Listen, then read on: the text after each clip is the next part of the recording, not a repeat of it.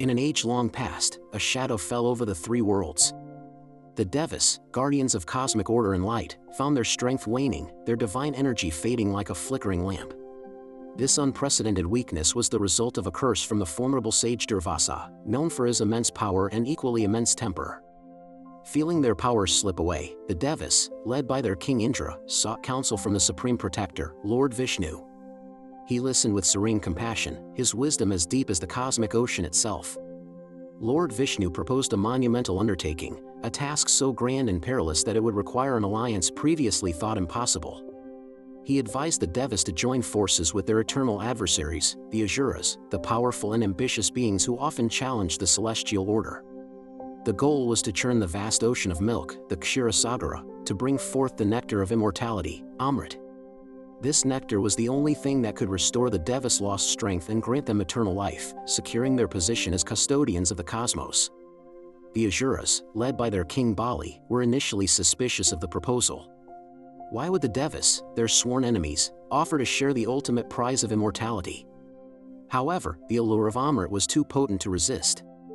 The promise of eternal life and power was the greatest ambition of the Asuras, and they agreed to the temporary truce, setting aside eons of conflict for a common, extraordinary goal. Thus began the preparations for the Samudra Manthan, the great churning of the ocean.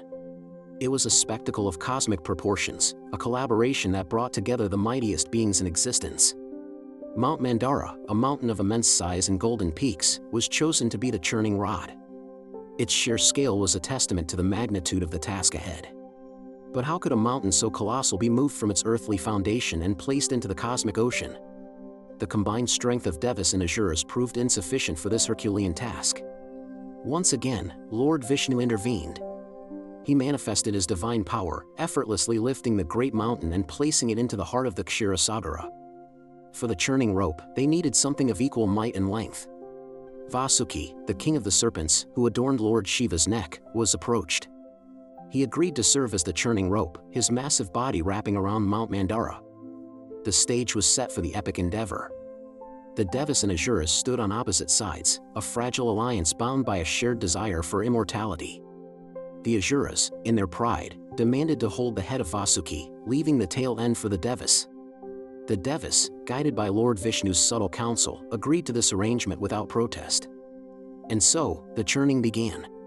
Devas on one side and Asuras on the other, they pulled the great serpent Vasuki back and forth, causing the massive Mount Mandara to rotate and churn the milky depths of the cosmic ocean. The effort was immense, the strain felt by every participant. The ocean began to froth and swirl, its calm surface transforming into a vortex of cosmic energy. But a critical problem soon arose. The colossal weight of Mount Mandara, with no firm base to rest upon, began to sink into the soft bed of the ocean. The churning was on the verge of failure before it had truly begun. Witnessing the impending disaster, Lord Vishnu once again descended to save the enterprise. He took the form of Kurm, a gigantic tortoise with a shell of impenetrable strength. He dove deep into the ocean and positioned himself beneath the sinking mountain, his massive, sturdy back providing the unshakable foundation that was needed. With Mount Mandara now stable, the churning could resume with renewed vigor. As the churning intensified, the fumes and fire emanating from Vasuki's mouth, a consequence of the immense pulling, began to afflict the Asuras who held his head. They were scorched and weakened, while the Devas at the tail end were spared, benefiting from cooling clouds and favorable winds. The ocean heaved and roared like a living entity. From its churning depths, a series of celestial treasures, known as the Ratnas, began to emerge, dazzling the eyes of all who watched. First came Kamadhenu, the wish-granting cow, a symbol of endless plenty and nourishment. She was taken by the great sages to provide for sacred rituals. Then emerged Acheshravas, a divine seven-headed horse, white as the driven snow and swift as the wind itself. It was claimed by the Asura king, Bali. Next came Airavata, a magnificent white elephant with multiple trunks, who became the noble mount of Indra, king of the Devas. The Kaustubha, a ruby of unparalleled brilliance, also surfaced and came to adorn the chest of Lord Vishnu. The Parijat, a divine flowering tree that never wilted and filled the heavens with its intoxicating fragrance, was taken by the Devas to their celestial realm, Indraloka. Appearing after them were the Apsaras, celestial maidens of breathtaking beauty and grace, like Ramba and Menaka, who chose to reside in the court of the gods. Then rose Lakshmi, the goddess of fortune and prosperity, seated upon a fully bloomed lotus, her radiance illuminating all of creation. Devas, asuras, sages, and all beings were captivated by her divine presence. After observing all the celestial beings, Goddess Lakshmi chose the supreme protector, Lord Vishnu, as her eternal consort, garlanding him and taking her rightful place by his side. Varuni, the goddess of wine, also emerged, her eyes swaying in gentle intoxication. By mutual agreement, she was accepted by the asuras. The churning continued, each pull bringing the assembly closer to their ultimate goal. But the ocean held more than just treasures, it also held a terrifying secret in its deepest abyss. Before the nectar could appear, a dark, ominous cloud began to form from the ocean's core. A plume of black smoke billowed upwards, coalescing into a substance of pure, concentrated poison known as Halahala. This was the collective negativity of the cosmos, a poison so lethal that a single drop could annihilate all of creation. It spread rapidly, its fumes choking the air, causing immense suffering to all beings. The vibrant colors of the universe began to fade, and the very fabric of existence seemed to unravel. The Devas and Asuras, their rivalry forgotten in the face of this existential threat, fled in terror. In their desperation, they rushed to Mount Kailash, the abode of Lord Shiva.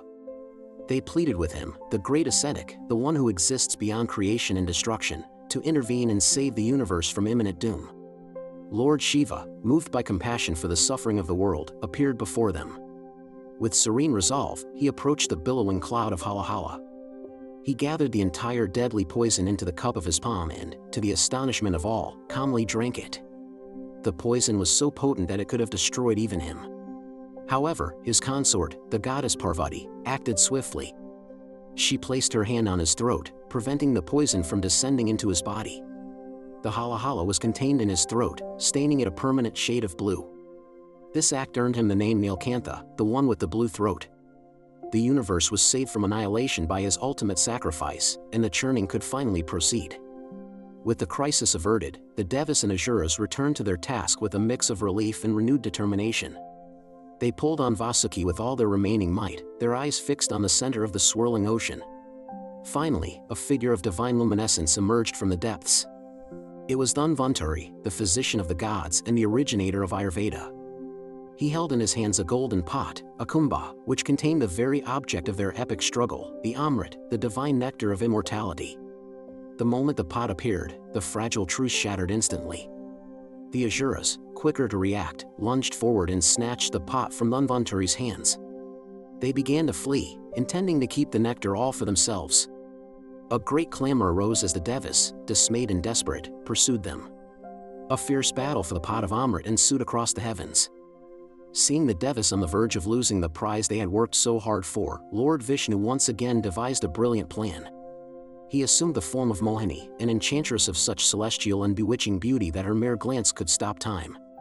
Her form was perfect, her movements were mesmerizing, and her smile could captivate the hearts of even the most hardened beings. Mohini appeared before the battling Asuras. Stunned by her divine beauty, they stopped fighting, their minds completely enchanted.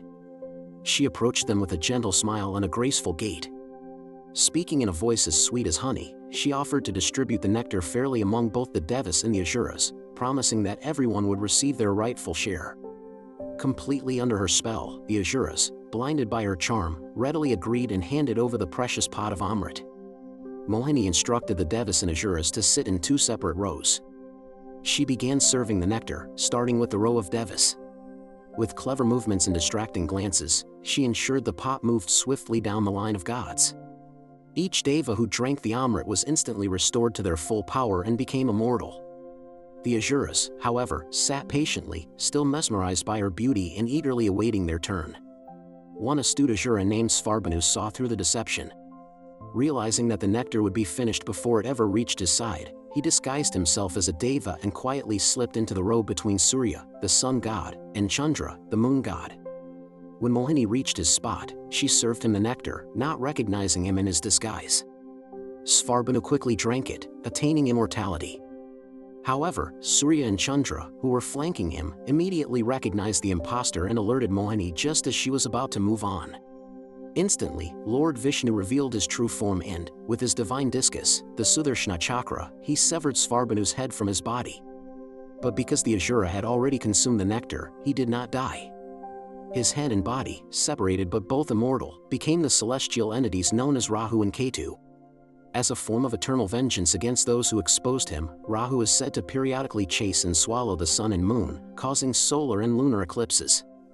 By the time the deception was revealed, all the nectar had been consumed by the Devas.